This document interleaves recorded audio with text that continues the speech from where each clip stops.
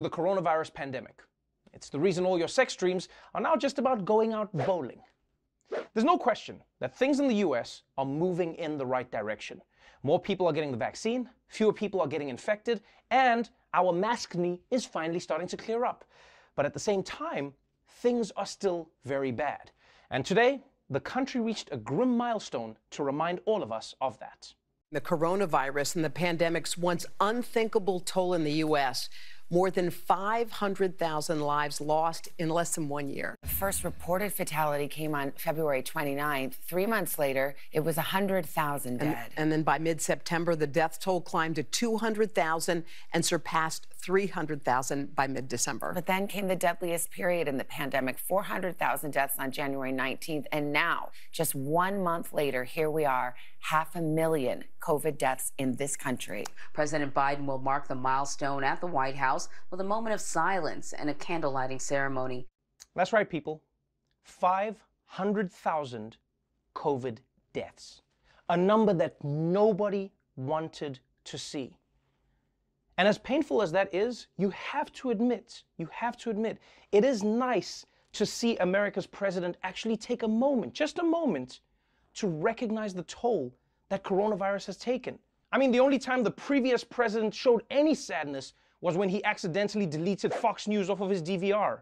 What a day for Americans. What a sad day. My sweet Hannity is gone.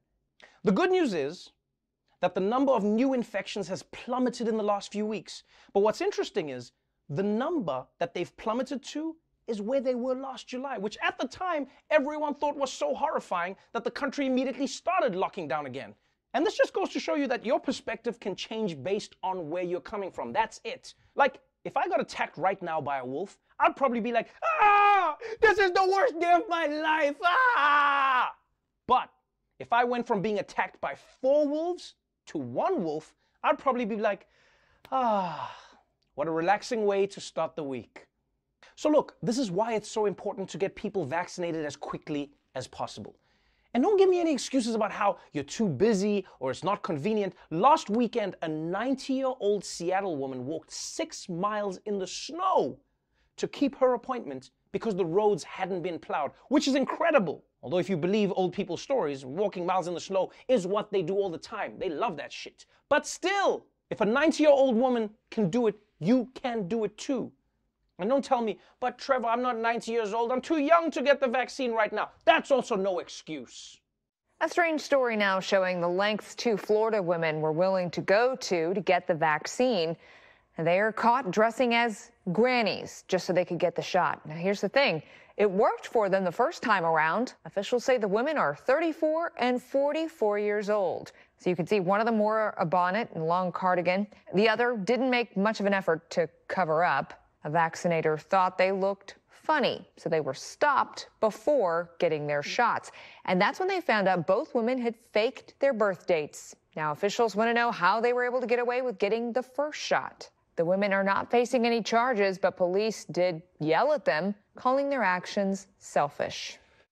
Okay, this is outrageous. You call that dressing up as a granny? All that woman did was put a bonnet on, and that other one didn't do anything.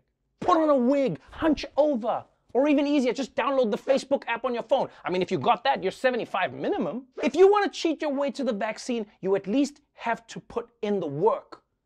No one would have bought the charade. I'm pretty sure Mrs. Doubtfire wouldn't have gotten the kids back if he just showed up like, hey, it's me, Mrs. Doubtfire, I'm your nanny. How did they even think that they could pretend to be old women at that age? I mean, personally, I blame porn. You know, they start putting women in the MILF category at 26. Of course we have unrealistic ideas of what grannies look like. But what's crazy is they would have gotten away with it if the doctors hadn't gotten suspicious. Hey, wait a minute. If you're a grandma, how come you haven't tried to set me up with one of your grandkids yet?